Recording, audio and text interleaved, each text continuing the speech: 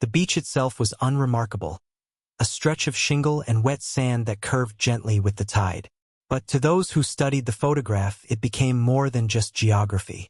Men from the village described how the sea shifted there, how currents pulled stronger than expected near the rocks, dragging boats slightly off course. Yet on the morning Harold clicked his shutter, no boat had gone missing, no storm had raged, no man had been reported drowned. The footprints, deep and deliberate, seemed to belong to someone who had chosen the sea. They did not wander drunkenly, nor stagger as if in panic. Each step carried the same spacing, the same weight, the same determination. As one villager later remarked, it was as if they knew exactly where they were going. Straight in, nowhere else. Harold returned to the site days later, trying to match the patterns of the photograph with the real sand. He found nothing. The tide had reshaped the shore, erasing every trace of what might have been left. He measured his own steps into the water, pacing it out with a friend, and noticed how quickly the returning prints washed away in the surf. But still, something nagged at him. Even the faintest impression should have been visible at the time of exposure. The tide was calm, barely licking at the edges of the trail. Why would the incoming prints vanish entirely while the outgoing ones remained crisp, sharp enough to catch the detail of a boot's heel? He began to wonder if what he had captured was not a disappearance, but something stranger. Word spread quickly enough that villagers began inventing their own stories. An elderly widow claimed she had been awake that morning, sitting by her window with tea, and saw a man trudging down toward the waves. She insisted he carried something heavy, tucked against his chest. When pressed for detail, she faltered. Could it have been a sack? A child? She wasn't sure. Another man swore there was no one on the beach at all, not until Harold arrived with his camera. Conflicting memories tangled the morning into knots, and soon no two witnesses could agree on what had happened. Some accounts suggested a single man. Others whispered about two sets of footprints faintly overlapping, one guiding the other. And yet, in the photograph, only one trail is clear. One set of feet. One direction. Theories came in waves, each more confident than the last. Some insisted the returning prints were swallowed by a sudden tide surge, a trick of timing caught by Harold's lens. Others claimed Harold himself had staged the image, brushing away sand to create mystery where none existed. But Harold's reputation worked against that notion. He was known as meticulous, honest, perhaps even dull. Hoaxes did not interest him. Besides, the negatives bore no sign of tampering. Experts who later examined them confirmed. The scene was exactly as the camera had recorded it. No manipulation, no retouching, no scratches or overlays that could explain away the footprints. It was a moment of truth frozen in film, unyielding against speculation.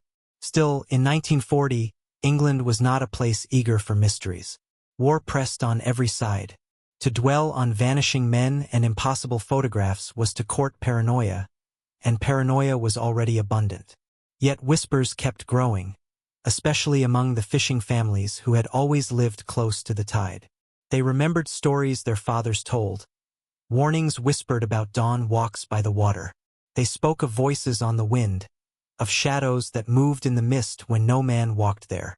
The photograph, to them, was not shocking but familiar, proof that the old stories had teeth. The sea takes who it wants, one fisherman muttered, and sometimes it walks them in itself. Harold found himself visited by strangers more often than neighbors.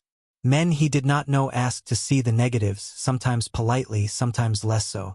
One wore a uniform, polished and official, and advised Harold to stop showing the image to others. Another carried himself like a clerk, quiet and nervous, and asked if Harold had noticed any other patterns on the coastline. When Harold said no, the man left quickly, glancing over his shoulder as though worried he had said too much. Each encounter left Harold with the same sensation, that the photograph had revealed something not just uncanny, but inconvenient. Something the authorities would rather bury beneath silence than face. And Harold began to wonder, with unease, if his camera had caught more than it should have. The photograph itself became a relic of contradiction. To some, it was merely an oddity explained away by tide and chance. To others, it was undeniable evidence that a man, or something resembling a man, had walked into the ocean and vanished. Each theory branched into another, none conclusive, all unsatisfying.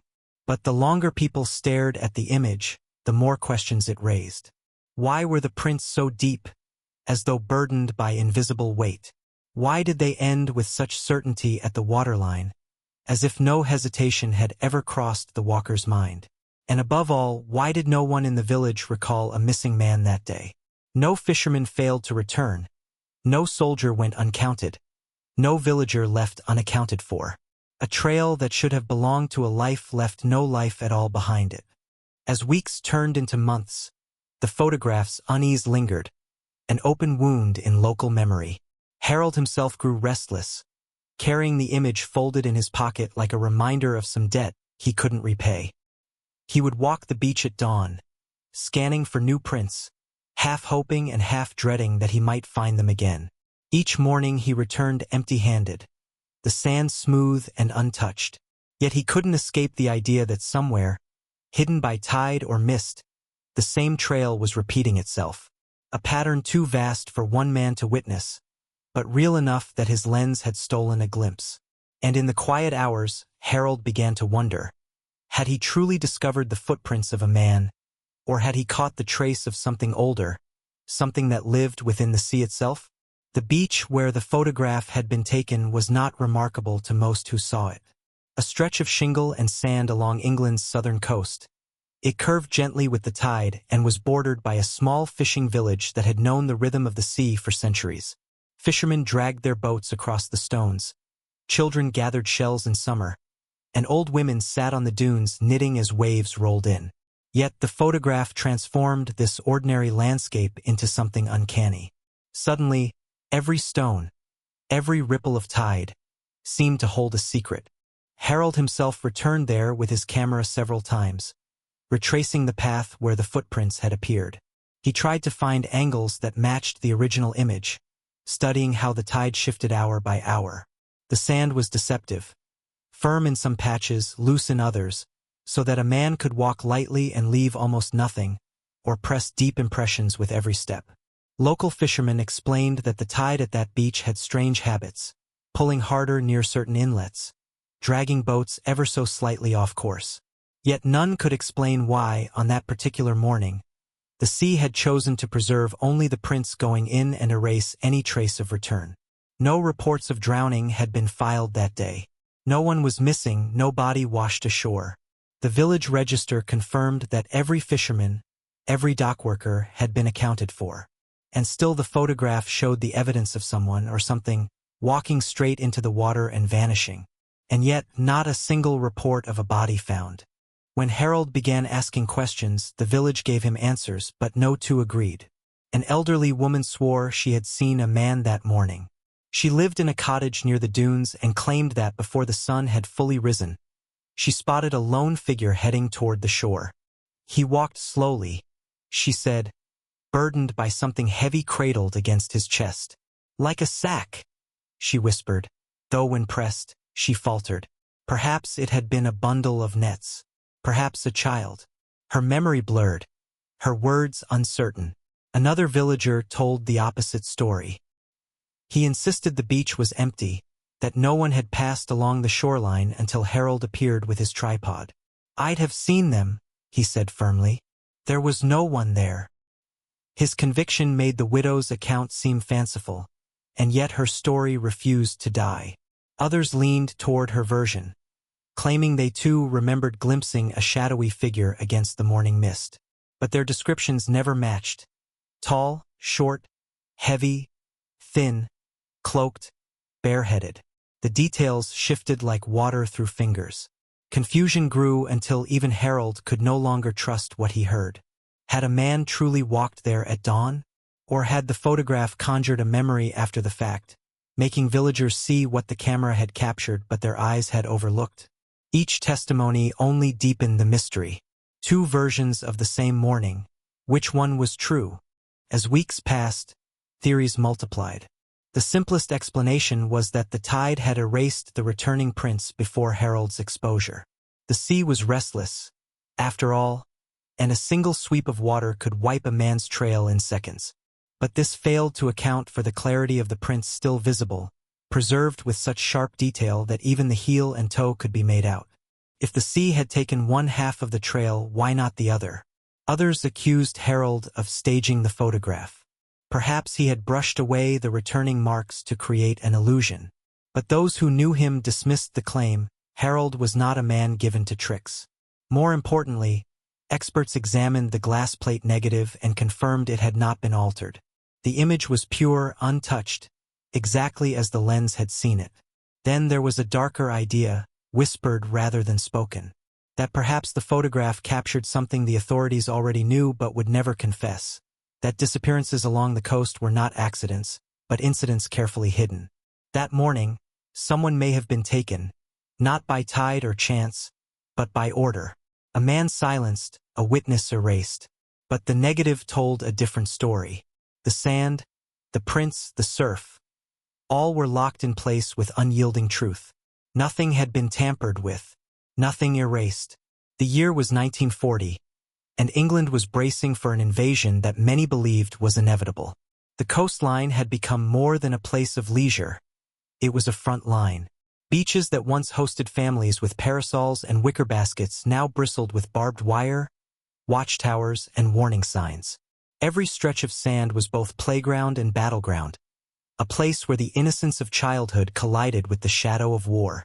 At night, searchlights combed the skies, and during the day, patrolmen scoured the dunes for traces of enemy landing craft. Fear seeped into every tide. In such a climate, paranoia was not only expected but encouraged. Villagers were told to report anything unusual. A light flashing at sea, a stranger walking at dusk, a sound that didn't belong. Even the familiar was suspicious if it appeared at the wrong hour. The government, desperate to maintain control, treated information like contraband, rationed, withheld, distorted to fit necessity. And it was into this environment that Harold's photograph appeared. An image not of bombs or soldiers, but of something quieter, stranger, perhaps more unsettling. Because if England's beaches had become the stage for war, then any unexplained phenomenon along those shores carried implications far beyond superstition. And this was the question that grew sharper the more Harold showed his image. Could this photograph have captured something the military didn't want seen? Decades later, when military files from the war were quietly declassified, researchers found fragments that seemed to echo Harold's photograph. Among the faded pages were reports of disappearances. Not many, not detailed, but curious enough to draw attention. A fisherman who set out before dawn and never returned. A coastal patrolman whose routine walk left only his hat and rifle by the rocks. A night watchman who signed his logbook at 3 a.m., only for his body to be searched for and never recovered. Buried among these reports were phrases that leapt out like warnings written between the lines. Unexplained absence. Traces led to the sea. No evidence of struggle. To some, they read like bureaucratic shorthand, the way officials disguised uncertainty in the language of formality. But others noticed how often these notes appeared in files tied to the same stretch of coastline Harold had photographed. Not once or twice, but several times across different months, different names, different circumstances. Most damning of all was a single line, typed neatly in a coastal security report. Footprints discovered, terminating at tide. No return pattern visible. It was dated 3 months after Harold's photograph. To the officials, such details could be dismissed as accidents. Men slipped, boats overturned. Records were kept vague on purpose, so as not to inflame local panic. Officially, they were accidents. Unofficially, they were erased. The files suggested a pattern. Not a singular mystery, but a chain of vanishings, each one buried in paperwork until the details blurred into silence. Harold's photograph, then, was not an isolated enigma. It was one piece of a larger puzzle, a glimpse into something the war had hidden beneath its chaos. The photograph itself, when re-examined years later, began to yield new possibilities. To the untrained eye, the trail of footprints was a solitary march into the surf. But to those who studied spacing, depth, and alignment, it appeared less straightforward. Some claimed the impressions were unnaturally consistent, each step almost identical in distance from the last, as though measured rather than walked. too perfect, too uniform to belong to an ordinary man. Others noticed faint disturbances near the clearer prints. Smudges, shallow marks, as if another set of steps had overlapped or walked beside the first. Not strong enough to appear fully, but enough to raise suspicion. Were they escorting someone, guiding them into the tide? Or was something walking alongside, unseen, leaving only traces too faint to register clearly? Patterns emerged when measurements were taken. The stride length was unusual, neither the hurried pace of flight nor the casual rhythm of a stroll. It was deliberate, steady, almost mechanical. A march. And that raised unsettling questions. Who walks with such precision into the sea? Theories spun outward. Some whispered it was evidence of a prisoner being led to execution, the kind of silent wartime justice never recorded in official logs. Others suggested the opposite, that the person walking was not human at all, but something else, something that moved with unnatural regularity, leaving marks that imitated humanity but did not fully belong to it. Too perfect for a human stride, too deliberate for chance. Decades after the war, when Harold's photograph resurfaced in an archive, modern analysts turned their attention to the fragile glass plate negative he had left behind. Using high-resolution scanning, they magnified details Harold himself could never have imagined. Grain by grain, the sand revealed itself. Tiny ridges, faint pebbles, the glint of salt crystals frozen in time. The trail of footprints grew sharper, more intimate, almost disturbingly alive. It was here, in the magnified detail, that something unsettling became clear. Near the start of the trail, the impressions were uniform, ordinary steps, firm but consistent. Yet closer to the waterline, the prints deepened. Each heel pressed further. The arch sagged more. The toe dug into the sand as though resisting. It looked less like a man walking willingly into the surf and more like a man being slowed, pulled, or dragged. The very ground seemed to record hesitation or struggle. What made it more disturbing was the absence of disruption around the prints. No scuff marks, no dragging lines, no extra weight visible. Just deeper steps, as though invisible hands had settled on the walker's shoulders, pressing him downward with each stride.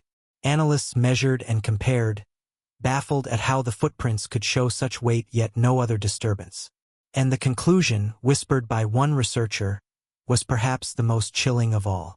It was not the stride of someone walking in, it was the stride of someone being pulled. To the villagers who had lived by that shore long before the war, the photograph was less surprising than it should have been. They already had a name for the kind of thing it seemed to depict, the drowned men. For generations, fishermen spoke of them in hushed tones, spirits of those claimed by the sea who returned to walk the beaches at dawn. Always at dawn. Their footprints appeared suddenly, leading toward the surf, never away. The tide was said to carry their voices, faint and beckoning, luring the living to join them. Children were warned never to stray to the shore in the first hours of morning. The drowned men walk then, mothers whispered, and they take who follows. Some claimed to have seen them. Shadowy figures just ahead in the mist, walking steadily until they reached the waves and vanished beneath them. Others swore they had heard footsteps on empty sand, only to find no one there when they turned. Superstition, perhaps. But Harold's photograph became, to the older fishermen, a confirmation rather than a curiosity. To them, the trail in the image was familiar. Too familiar. They avoided that part of the beach for weeks, some refusing to set nets nearby, muttering that the dead were stirring. Perhaps that was why the image unsettled the authorities more than they admitted. Because it was one thing to dismiss rumor and legend, and another thing entirely when a camera captured what the human eye had only whispered about. Perhaps Harold had photographed more than a disappearance. Perhaps he caught a haunting. Of course, skeptics lined up to pull the photograph apart. Natural explanations were the first and most obvious. The tide, they said, had been uneven, preserving some marks while erasing others. A trick of angle and timing, Harold's lens had caught the trail at the precise moment before the ocean swallowed half of it. Nothing more. Others suggested Harold might have staged the image himself, brushing away sand behind him to create a false mystery. But again, the integrity of the negative silenced that accusation. Experts agreed. There were no signs of tampering. Believers, however, insisted the photograph was proof, not of error, but of something extraordinary. Some argued that Harold had unwittingly documented a wartime abduction, a man escorted under secrecy into the tide to conceal him. Others pointed toward the supernatural, tying the trail to folklore of the drowned men or to older myths of spirits bound to the sea.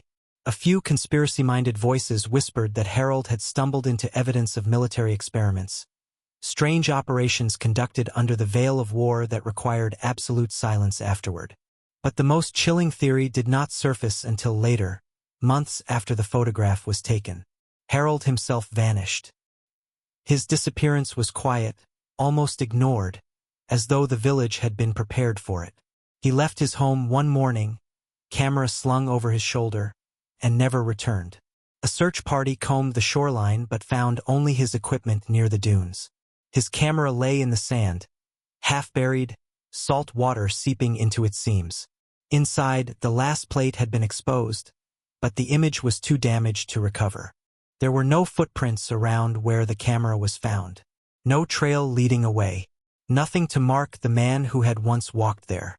Only silence, and the sea, and the lingering dread that the photograph had been less a discovery and more a warning. The man who captured the footprints left no footprints of his own. History has many ways of silencing what it cannot explain. Governments draft reports, edit files, and declare official causes that soothe public nerves. Legends twist stories, reshaping facts into folklore, passing them along until they blur into superstition. Yet a photograph, once taken, does not bend so easily. It becomes a fixed point, a moment frozen beyond erasure. No matter how many words are written to explain it away, the image itself remains untouched, staring back at us with the stubbornness of truth. Harold's photograph has become that kind of anchor. Decades later, documents have vanished, testimonies have contradicted one another, and official records have neatly filed missing men under accidents. But the negative still exists, its emulsion holding grains of sand, ridges of footprints, and the silence of unanswered questions. Cannot be persuaded or rewritten. It is there, unyielding. Perhaps that is what unsettles most. That the camera may remember more than the human mind dares to. That when memory falters and records are altered, the photograph still whispers what truly happened. And so it lingers, a stubborn witness against the tides of forgetfulness. Perhaps history remembers more than we want it to. But what if Harold's photograph was not an isolated mystery? What if it was only one among many? For years, scattered rumors from coastal towns and fishing villages have spoken of the same chilling sight. Footprints that begin on solid sand but never return. If Harold's camera caught one such trail, how many others were lost, unrecorded, washed away before anyone thought to preserve them? The thought deepens unease. Because if one beach could hold such a trail, then others surely could as well. The coastline of war-torn Britain was long, lonely, and endlessly watched.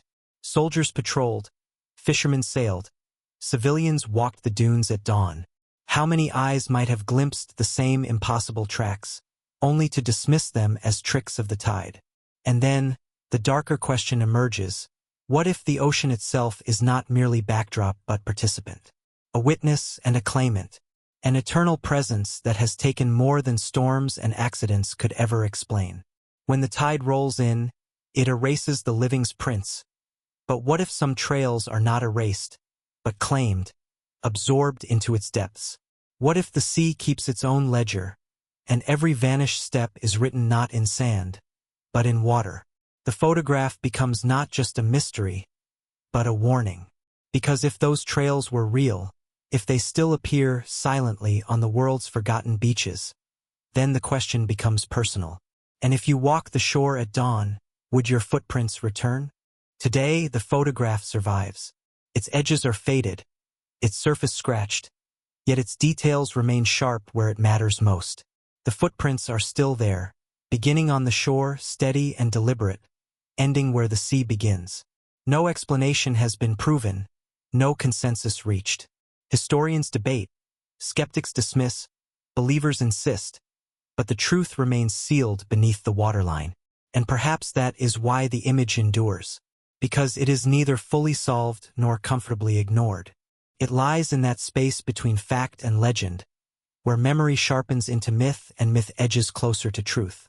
Each time it is studied, it raises the same uneasy silence, the recognition that someone walked into the ocean and never walked out. The photograph is not merely a record of absence. It is a reminder of fragility, that even the most ordinary steps can lead somewhere we cannot follow. A trail that begins in life and ends in the sea.